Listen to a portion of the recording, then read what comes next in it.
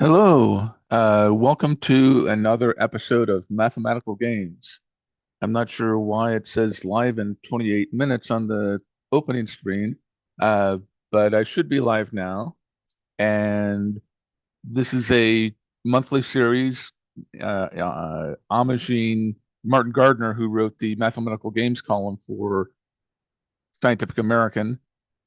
And I'm going to take the opportunity to open a few of the problems he discussed, but go further uh, with some of the new things that have been found recently.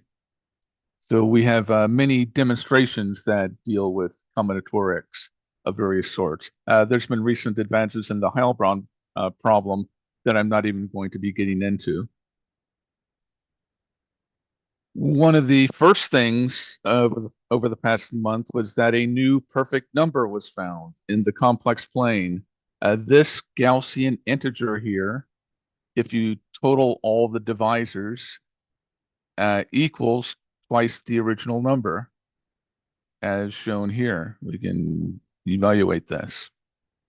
These are the prime factors with a repeated root here. And here's a list of all the divisors. One curious thing is one of the divisors here. If we try this total of divisors function, we get a number that's rather close to 0. And if we use that value of r and divide, we get this number here. And if we multiply P and Q together, we get the original number back. So there's kind of a Euclidean scaffolding for this strange new number. This is a new type of perfect number that hasn't been seen before. In the no 3-in-line problem, where you have to avoid having 3 points in any line in any direction, horizontally, vertically, or any sort of strange diagonal, this is a new largest solution that was found last week. Maren Newell also found solutions for 71 and 73. So 75 is the smallest grid that's still unsolved at this point. The Hopf conjecture is a famous problem. It states that the product of two ordinary spheres cannot have a positive sectional curvature. A pair of professors have offered a counterexample with a new paper that came out a few days ago. And here's a listing for it here.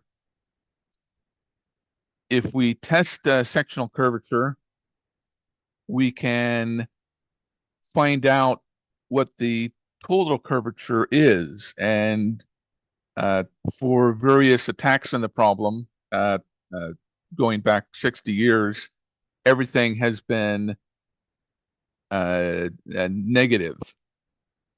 And using Mathematica, Brindle and Hung came up with a new metric using this formula. And if you follow their notebook, you can get a plot of what the exceptional torus looks like.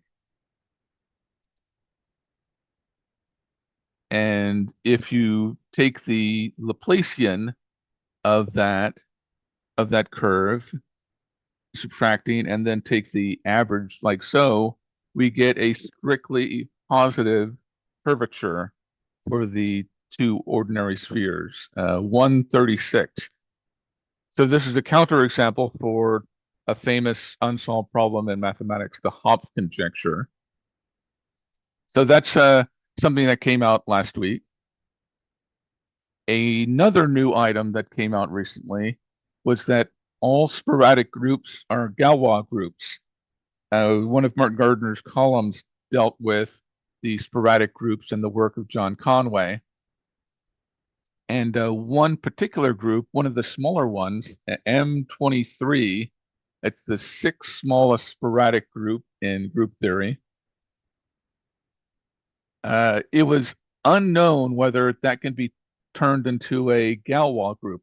All the other groups, including the monster group, were turned into Galois groups back in 1984 to 1989. But this particular group, M23, you can build it with these two matrices. It was unsolved whether that could be a Galois group until last week. So this demonstration here has matrix representations for all the sporadic groups, hopefully. Let's see if that matrix changes. The concept for this, if I'd known about the problem, I would have tried to solve it myself. And here's part of the representation for the FI22 sporadic group. These all have rather strange representations. Another new record that was broken, the largest rank for an elliptic curve. Up until yesterday, the record was 29. But then this new elliptic curve was found. I suppose it was 4 days ago. And we can plot a warped version of the curve like so. And there's a community post showing how to do all the plots for all the points. So this is another new record that's been found just recently. But now we can move into more normal things, such as reptiles, where you take a shape and you build a larger copy of the same shape. For example, with these tetrahedra, these are all identical tetrahedra. They're not regular tetrahedra.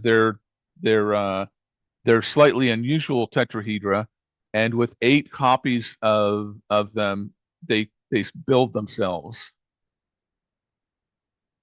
So these are the 3 types of tetrahedra that can do that. I didn't know about this last one until last week. And these are the 3 Somerville tetrahedra in packing parlance. If we go to the next level, here's what they look like. Each of these has 64 copies of the tetrahedron. So these are 3 examples of tetrahedra that can fill space. I decided to look at most of the combinatorics problems that Martin Gardner covered in his columns, such as the Moser circle problem. What's the highest number of regions you can get by connecting points on the outside of a circle? And the sequence starts 1, 2, 4, 8, 16. So what's the next value? It turns out it's a trick question. The answer is 31 regions. And it's kind of a classic warning problem for not to jump to conclusions too soon. Because with the start, you might think that the next value is 32, but it's actually 31. So one question I wanted to look at was, what's the maximal number of regions you can have that have an equal area? And for example, with 4 points, you can have 6 areas that are identical with a cut up as shown here. The sequence follows a sum of binomials, like so. So 57 is the next term instead of 64. And a related problem is the lazy caterers problem. What's the maximum number of pieces you can get from n straight cuts? So the answer is 1 more than a triangular number. So here are the triangular numbers here: 1, 3, 6, 10. For example, with bowling, you have 10 pins making a triangle. If you add one more, that's the number of cuts you can get for a slice of pizza. If all the cuts intersect themselves, but no two meet at a point. So I decided to make the problem harder. What's the largest size for the smallest piece for this problem? And here's the solutions I came up with what is that? 4 cuts. You can get 5 areas with with an area of 0.068, and here's what they look like. With 5 pieces, you get this regular solution. You get a star and a total of 10 pieces. But with 6 cuts, it starts getting very strange. You get these 12 shapes that all have equal areas, and those are the smallest pieces if you maximize the number of pieces from 6 cuts. And they get even stranger as you go on. You get a nice symmetrical pattern of 21 pieces with 9 cuts. So this is a problem I expanded, and we got some unexpected results, even though this is a very old problem. Oops, let me go back here.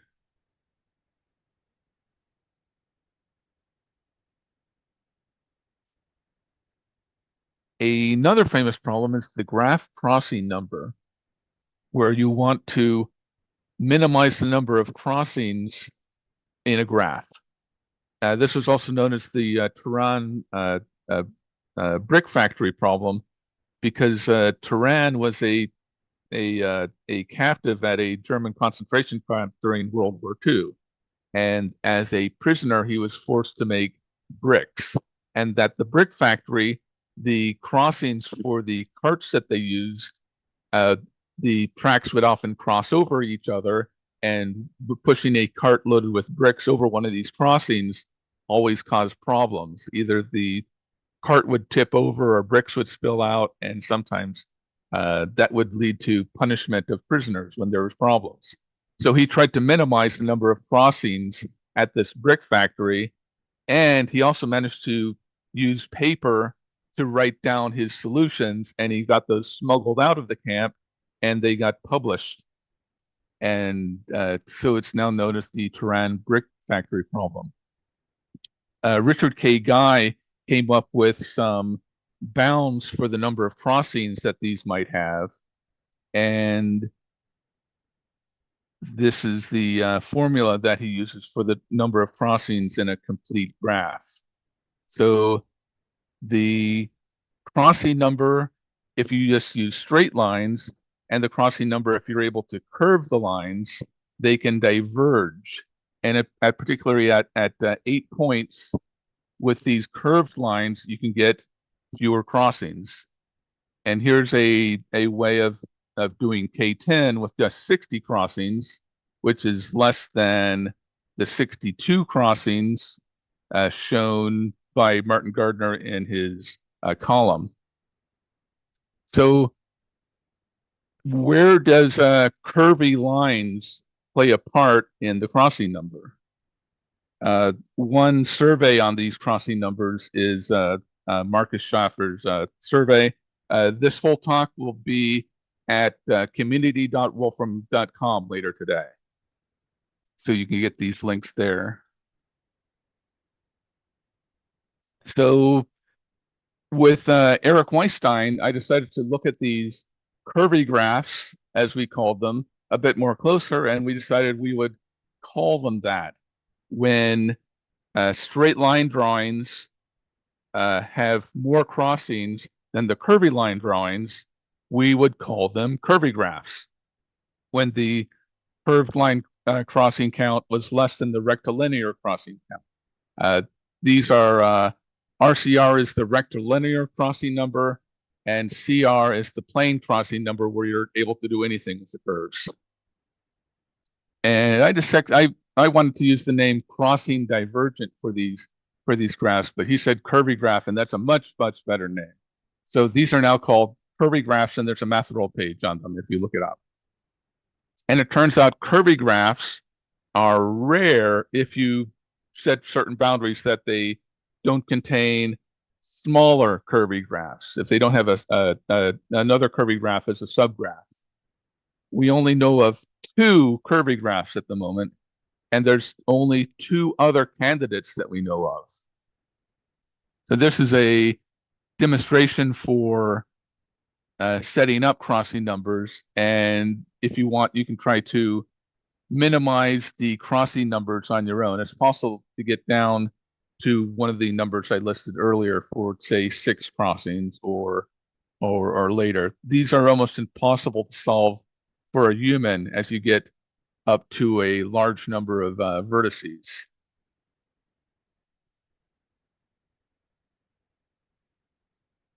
Another thing I looked at was the kissing number. Martin Gardner has a famous graphic for showing how 12 spheres can surround another sphere. But one thing he didn't show was how big the hole could be. So I decided I would find out what the maximum is. And this is a problem that had been solved earlier. And it turns out that the exact size of the 13th sphere, the maximum size is almost a half, when all the others have a radius of 1.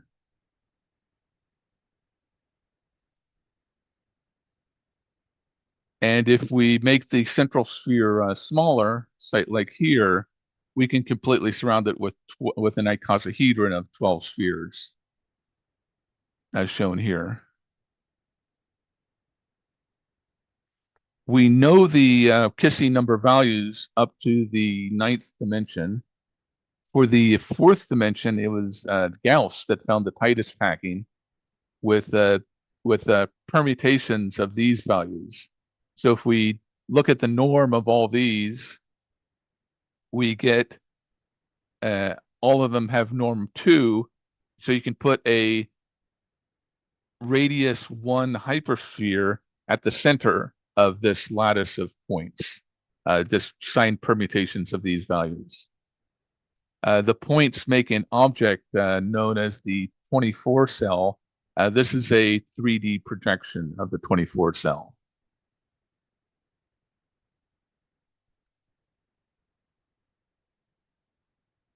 Another problem he looked at was the Salem-Spencer non-averaging sets. Basically, you want a set of values, for example, these values here, and they have the property that no term is the average of 2 other terms. So if you say add 4 and 20, the average of those 2 is 12, and 12 is not a member of the set. 4 plus 28 is 32, and 16 is not a member of the set. So what do all of these sets look like? If we maximize them, if we make the densest possible set for n terms, so that it's a non-averaging set, also called the Salem-Spencer series, this is the mountain of solutions we get. For example, here, these are actually numbers by stacked numbers: 0, 1, 0, 5, 0, 7, 0, 8, 10, 17, 22, 23, 25, 30, 31, 44. This mountain of values, and I have green lines to indicate where the hundreds are. This mountain of values makes a rather strange pattern. It looks almost like rivulets are coming out. These are all the solutions up to 43 values. So this is a rather strange pattern. I wanted to see what all these solutions look like together, and you get this strange shape, which somebody called Salem-Spencer Mountain. I also looked at Galois fields. These are primitive polynomials, and they have the property, such as this one here, that if we look at the remainder of the powers, you generate all the other polynomials in that field. So this polynomial here will generate all 16 other possible polynomials, mod 2.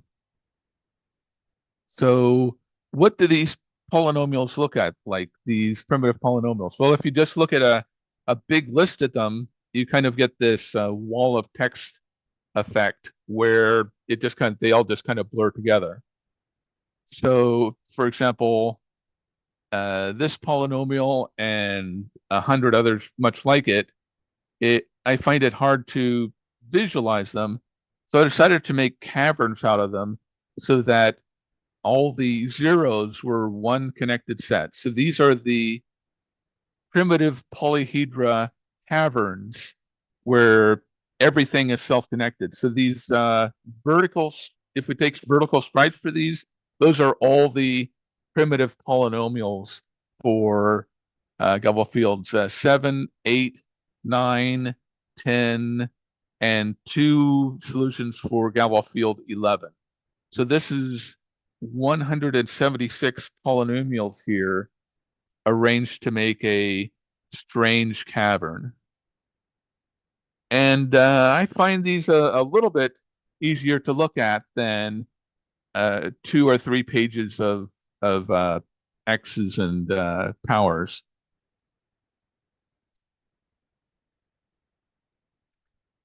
The Singer difference sets, let me show a smaller one.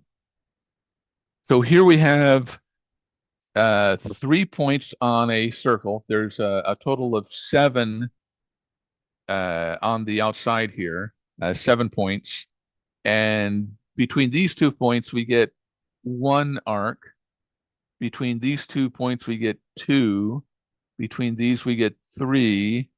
On the other side, we get 4, and then 5, then 6, and with the whole thing, we get 7. So with these strange wheels, starting on the inside, we get all the values from 1 to the maximum value. And in 1938, James Singer found this way of developing these strange circular golem rulers, as they were known later. But it was Singer that developed them first. And here's a circular wheel showing all of them. We have the 147 at the center here. We have values 0, 1, 3, mod 7, which is a different set. If you have 1, 2, 1 plus 2, 4, 1 plus 4, 2 plus 4, 1 plus 2 plus 4, these connected arcs will make all the values from 1 to 7. And similarly, 1, 2, 1 plus 2, 4, 1 plus 4, 6. How do I do 7?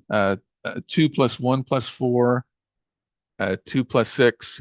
With combinations of connected arcs for the second orange value, you can get all the values from 1 to 13. And each of these is a solution, a Singer solution for a different set, shown as arcs, also called a Ganymede circle. So with the 13 value difference set, here's a something using that difference set. I'm using 4 points for each ellipse, so that this is 13 parabolas, each with 4 points, and 13 points each on 4 parabolas. And this was built with Isaac Newton's parabola method, which is a function called 4-point parabolas now.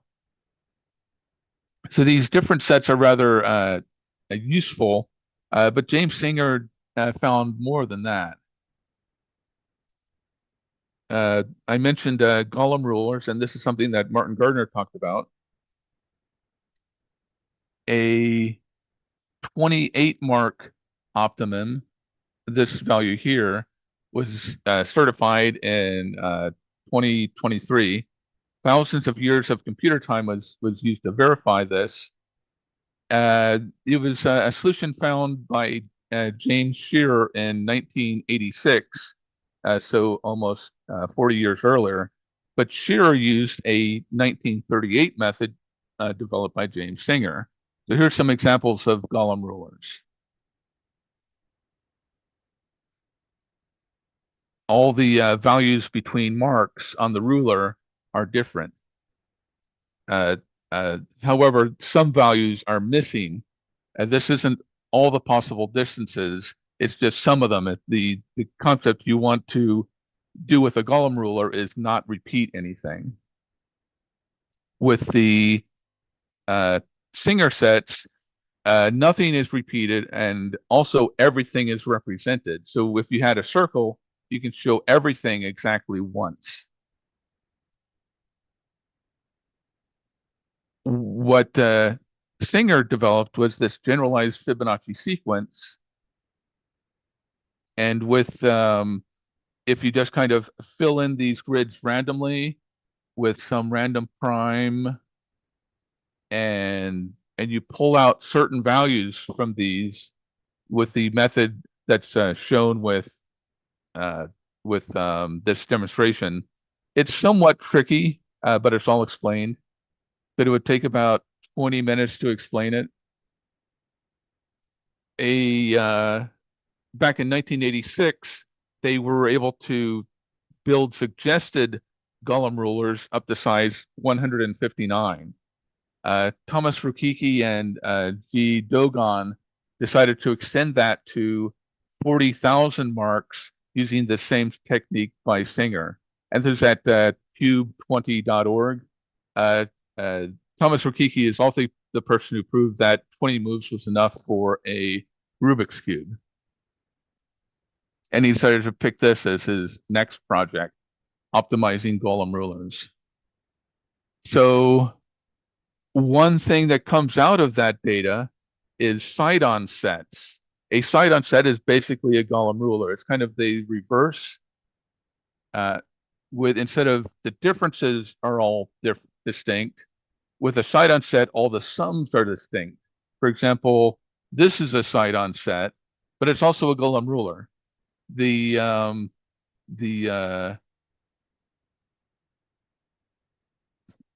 differences are distinct, but also all the sums are distinct. So if we use Singer's construction, we can build side-on sets.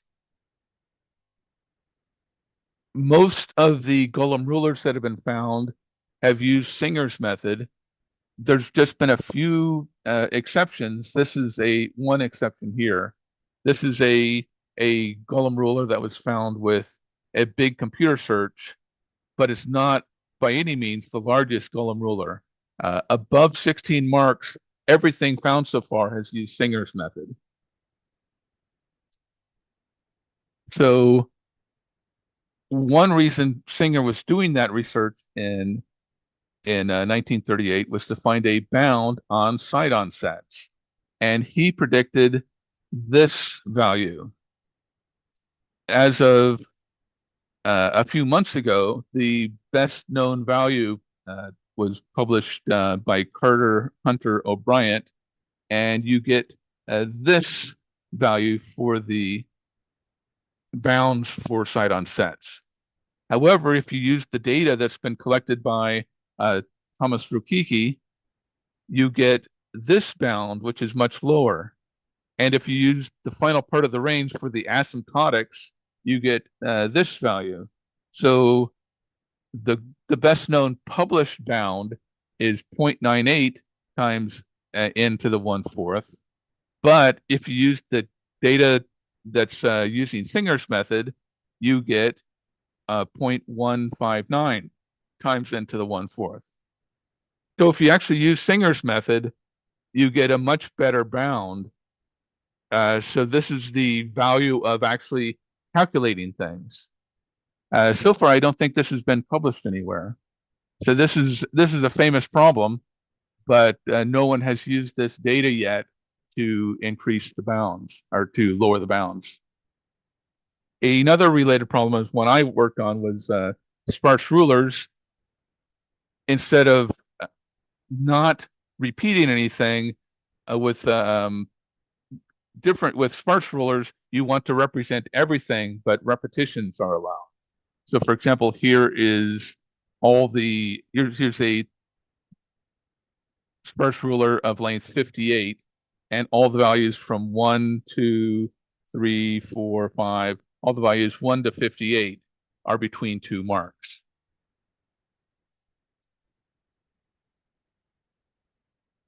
So another problem I decided to take a look at was the postage stamp problem.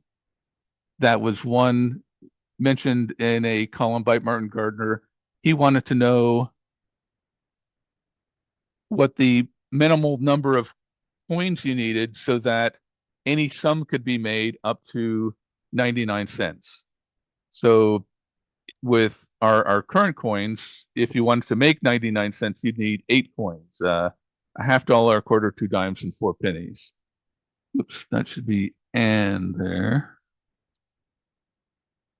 So if you want to build the smallest set so that you only need to use 2 coins, one way of doing it is with this set here. It's fewer stamps or coins than the set than other sets. And if you map out what the sums look like, you get this strange sequence.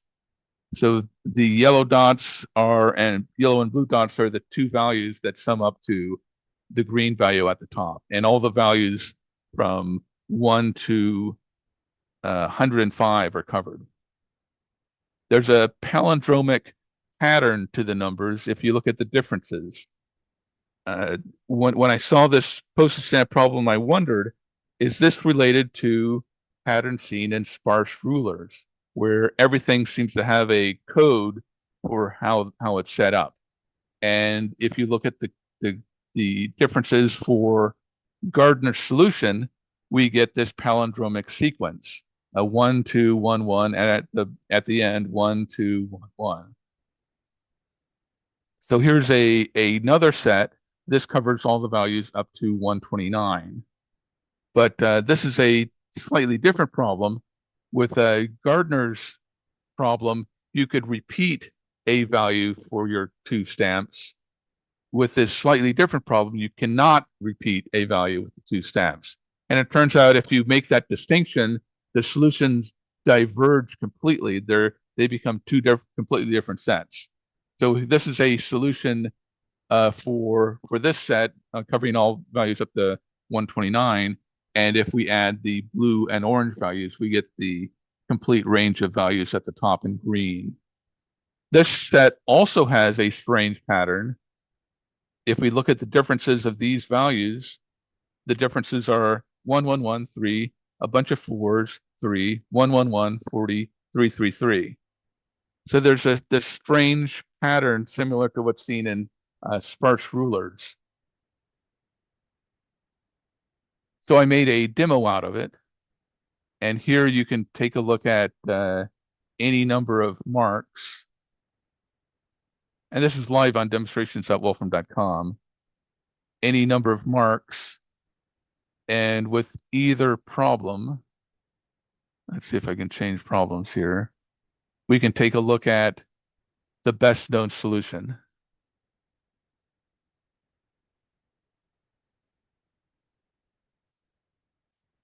So since all of these seem to follow formulas, for example, this one here, I decided to name these strange patterns which generated the solutions. I named them after famous stamps. For example, this particular pattern I named after Triskelion yellow. And this one after penny black. Let's see what else I've got. This one after nine tail. So here are what the solutions look like when you map them out. And they will cover a particular range, but they have these strange gap patterns between them.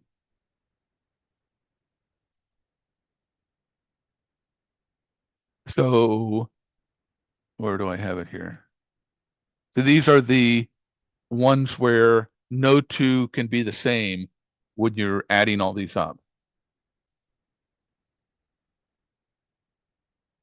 With the one that Gardner used where you could repeat, you also get these strange patterns.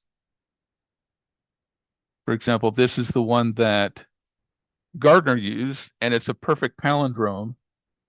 This one I named after the stamp called CIA invert. Back in the 70s, a sheet of stamps with the lamp on it accidentally got printed upside down, and that one sheet wound up in the CIA postal office.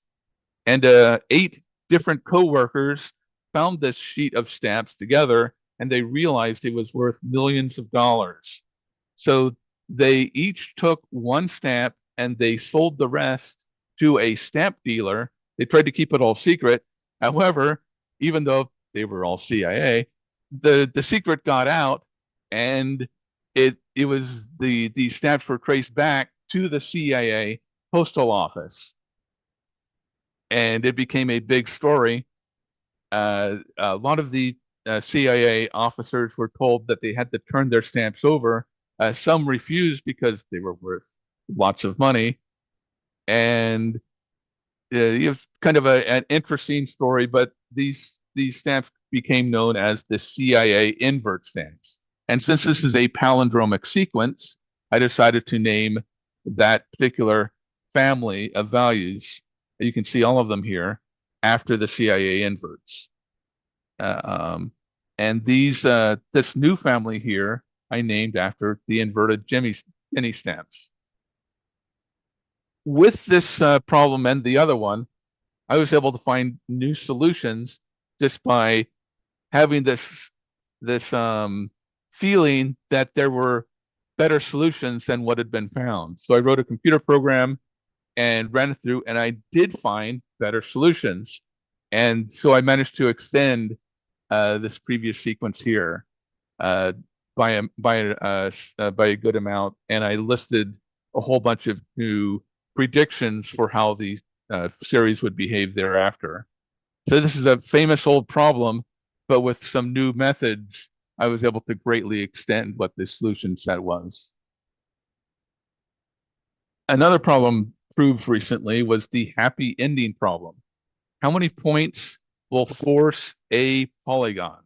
So for example, for this set of points, you can prove that there is always going to be a pentagon if you add one more point. But with just these 8 points, you can't get a convex pentagon.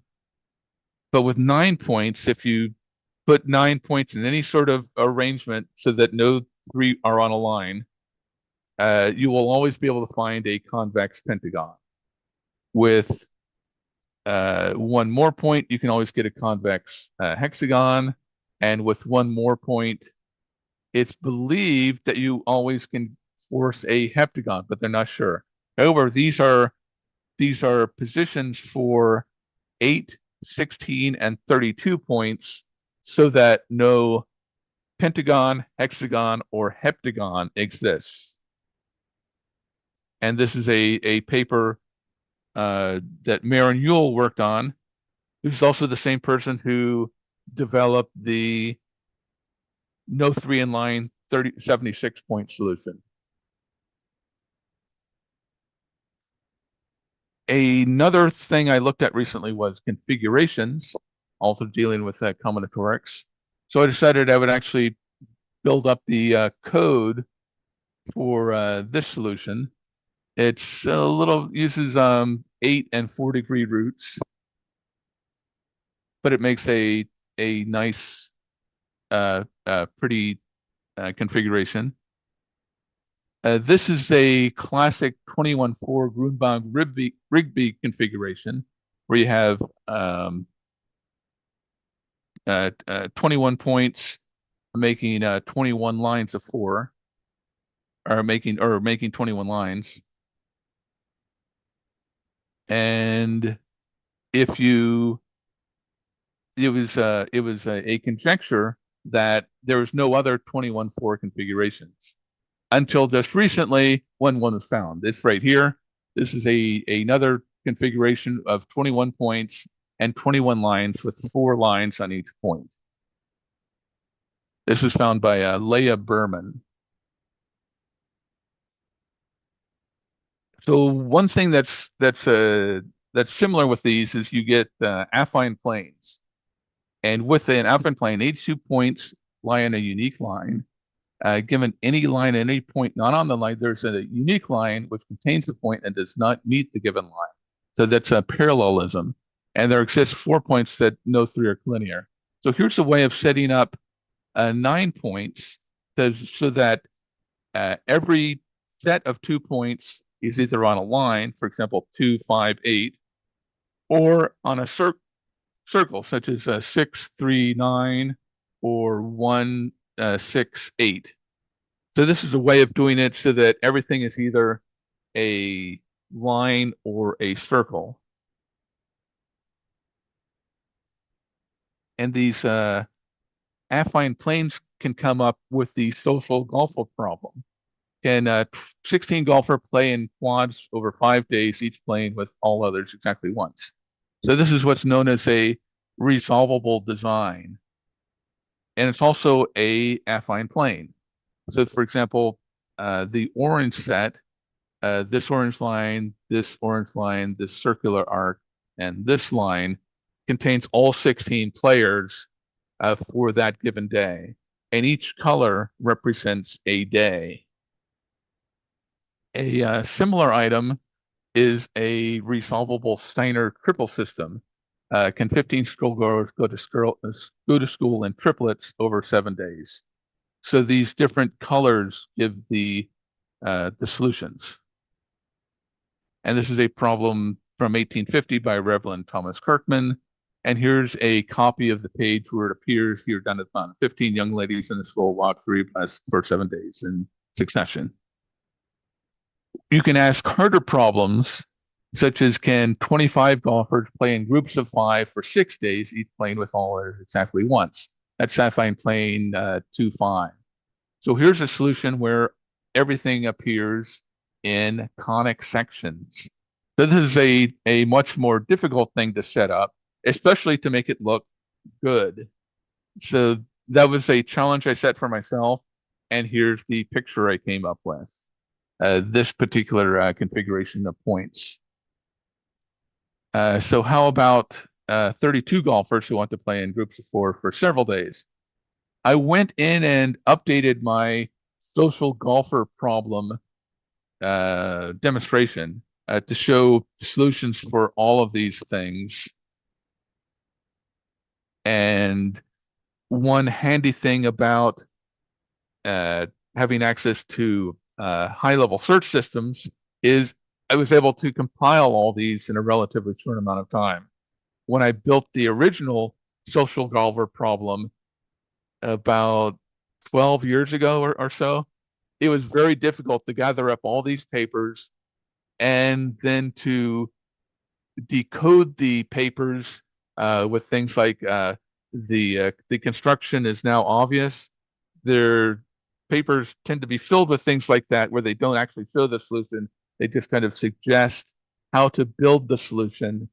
And you often have to reference other papers to figure out what their construction method is. So today, or these days, I could just have a computer go through all these 50, 60 papers and build these solutions for me. So with that, I was able to do this in a relatively short amount of time. Once I looked at these configurations, I decided to look again for self-dual configurations. In barycentrics, you can have a point that's also a line.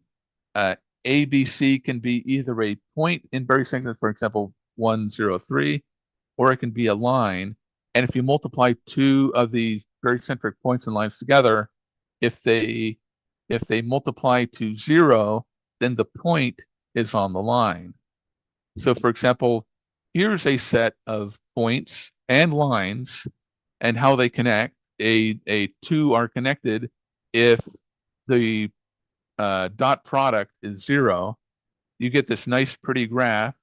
And if you convert these points and lines into actual points and lines, you get this strange object, which has how many points? I think that's 18. Yes, 18 points and 18 lines with 3 points on each line and 3 lines on each point. Here's a smaller self-dual set that doesn't have symmetry, but it's still a self-dual symmetric set where every point is also a line. And here's a larger one so that 24 points and 24 lines, 4 points on each point and four lines on each point. And this is an unexpected solution. I sent it to Leah Berman, and she hadn't seen anything like it before. So now we get to a moment of Venn. Here's an order 5 Venn diagram, as shown here. And we can overlap them like so. So what are these different colors you get from the overlap? Well, we can actually overlap them and run a new program to find out what these colors are. So we're gonna, this is the color sky and oatmeal and Eve green and tarragon. This uses a new function called swatch at their Wolfram function repository. Research function swatch has 6,000 named colors and almost 3,000 distinct colors, and they're all shown here. For example, this is bright pink over here. Here's a denim and electric blue, and Dodger blue, a light neon green. I did a small research project to find all the named colors that weren't proprietary. And these are the colors I found. And I mentioned in my geology talk that all colors of geological errors got their own official color. So this was a nice color set, so I added those to the big swatch collection. And here's a picture made using only colors in this palette of geologic colors. So I decided I would try making a game out of this. And after doing research, I found all of these different colors, and I decided to do a bit more research to try to find the best possible set of colors that were in each region. I divided the whole color space into 64 different regions using a 4x4x4 cube, and picked out all the best colors that were in that particular color space. For example, Prussian blue was discovered accidentally in 1706 when a mix of potash and iron sulfate got tainted with blood. It turned blue. And the first to hear about this strange mixture was Gottfried Leibniz, the co-inventor of calculus. Prussian blue was and that's where is that? This one right here. Prussian blue was later used by Hokusai to build the Great Wave painting, and George Washington painted his front parlor with it. Over here at where is it?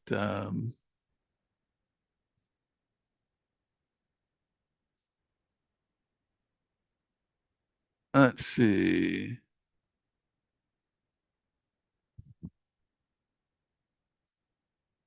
I think on the next slide, 021 Viridian here was a safer successful to what was called emerald green. Emerald green used arsenic, though. This one used hydrated chromium oxide, so it became a much safer paint for painters to use. And this was went into commercial production in 1859. I also used various chemicals in this sequence. If they became famous enough, copper sulfate pentahydrate makes a brilliant blue crystals, and it's also a useful pigment.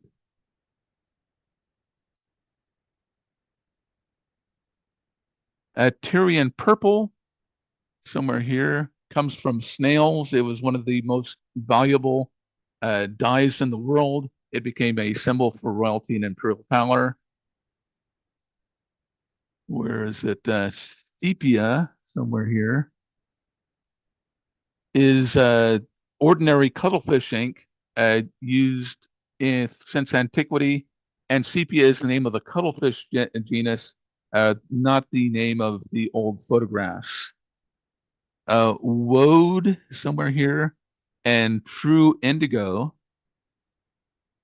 come from different plants, but they are based on the same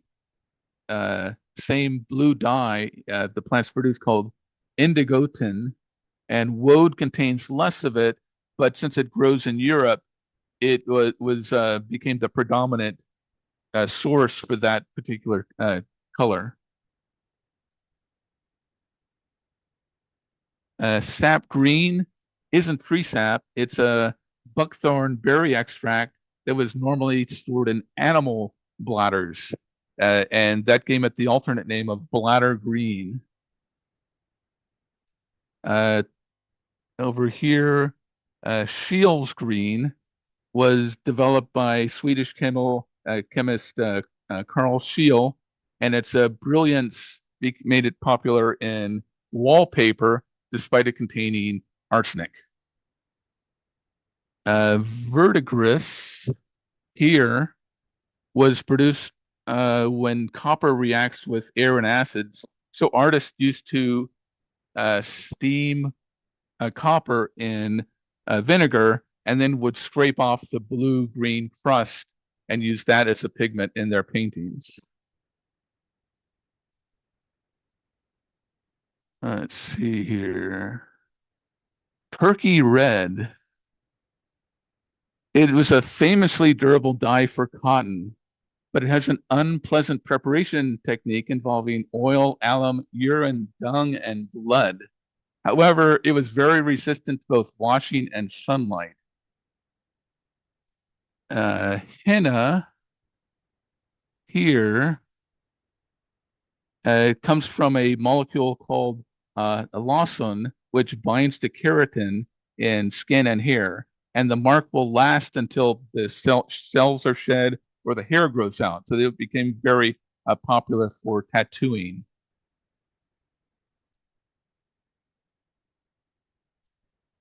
Drab over here originally meant the yellow-gray color of undyed woolen cotton from the French word for cloth, drab. Its meaning for dull or lifeless came much later. Robin's egg blue here is produced by biliverdin, which is a bile pigment that's deposited on as the shell forms.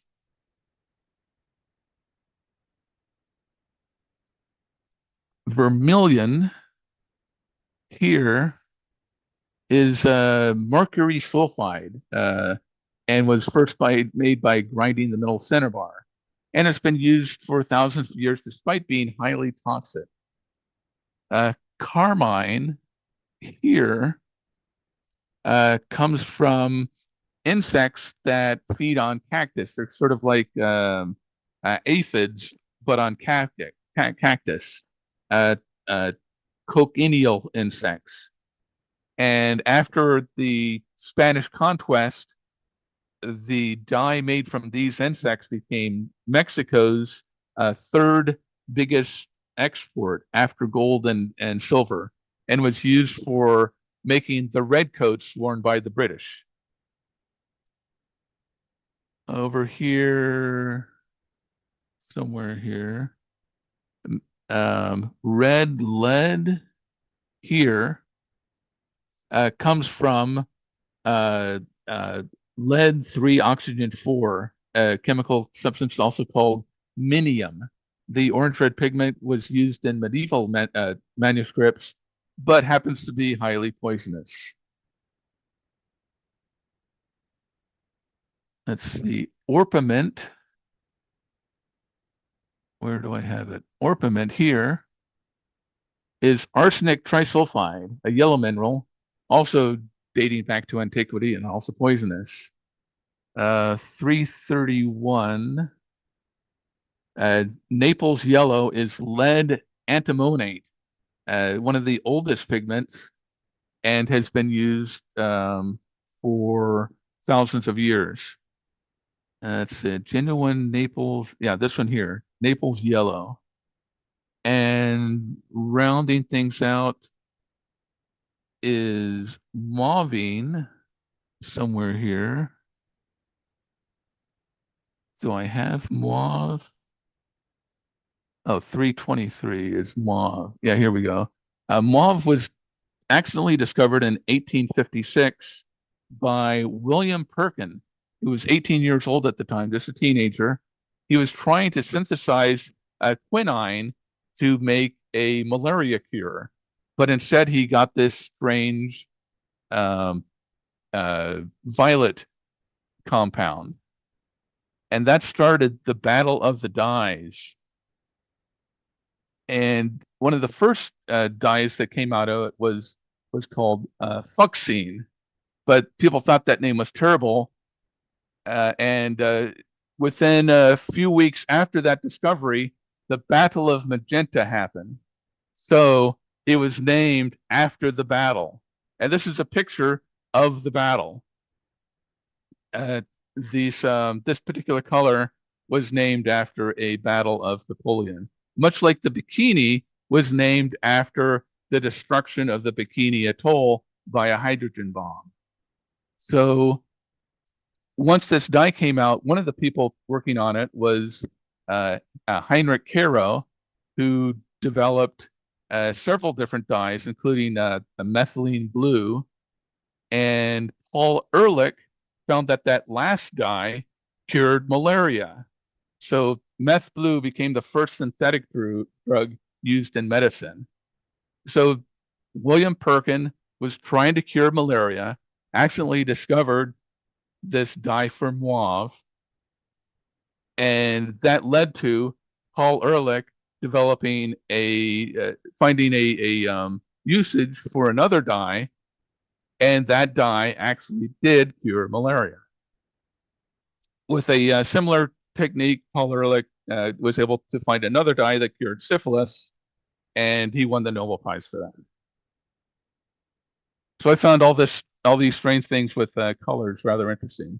Now at the corners of those cards, I have these values here, all the combinations from 000 to 333, and it's 64 cards. So what can you do with that? That you can play a game of that's called quads out of it. And if all the values of the four triples are the same or all different, it's a quad. And if you also allow pairs, you can get a lot more different combinations. So here's a set of four solutions that has four different solutions in it, but it seems to be a very hard game. I'm not sure how to pull out solutions out of these myself, but I haven't practiced very much. But I'm thinking of using this card set for a game. A somewhat simpler to understand game is binary XOR, where you have a set of 9 cards and you want them to have an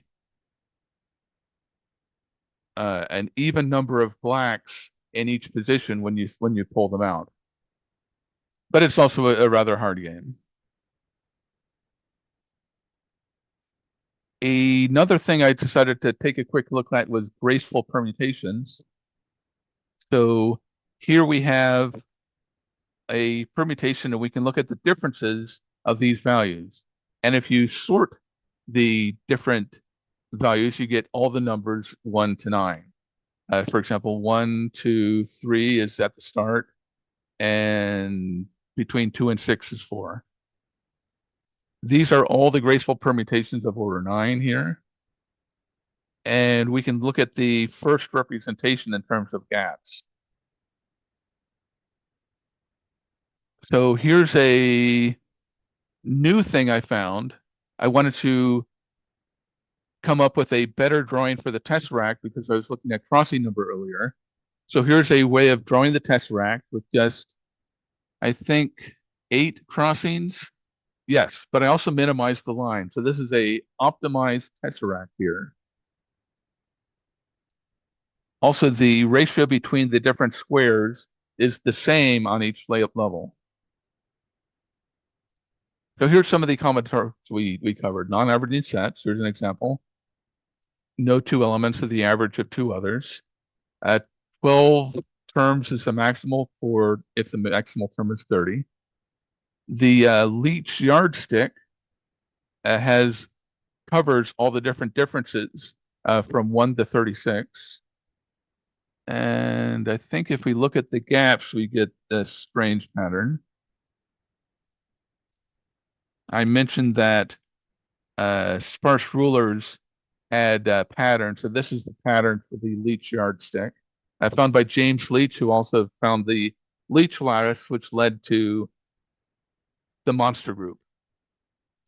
Singer difference set, modulo 31. All that's 30 possible differences. Give every residue from 1 to 30 exactly once. An optimal Golem ruler. All the pairwise differences are distinct. And no 10-mark Golem ruler is shorter than 55. A postage stamp basis. Every integer from 0 to 44 is the sum of 2 members. A graceful permutation. All the differences are exactly 1 to 9. A Costas permutation. All displacement vectors between pairs are distinct. And I don't think I covered these two. Right. For example, the maximal cap in this relates to the game of set. If you play the game of set, what's the maximum number of cards you can have down so that you can't make a set? With the normal game of set with 81 cards, the maximal number is 20 cards is the maximal number you can have down so that there's no sets possible. And perfect Hamming codes was one I planned to add, but I had to cut down my talk a bit because I was going over time. So many thanks for listening. That's my talk, and this will be available later today at community.wolfram.com. Let me check to see if there's any questions here. All right, many thanks for attending.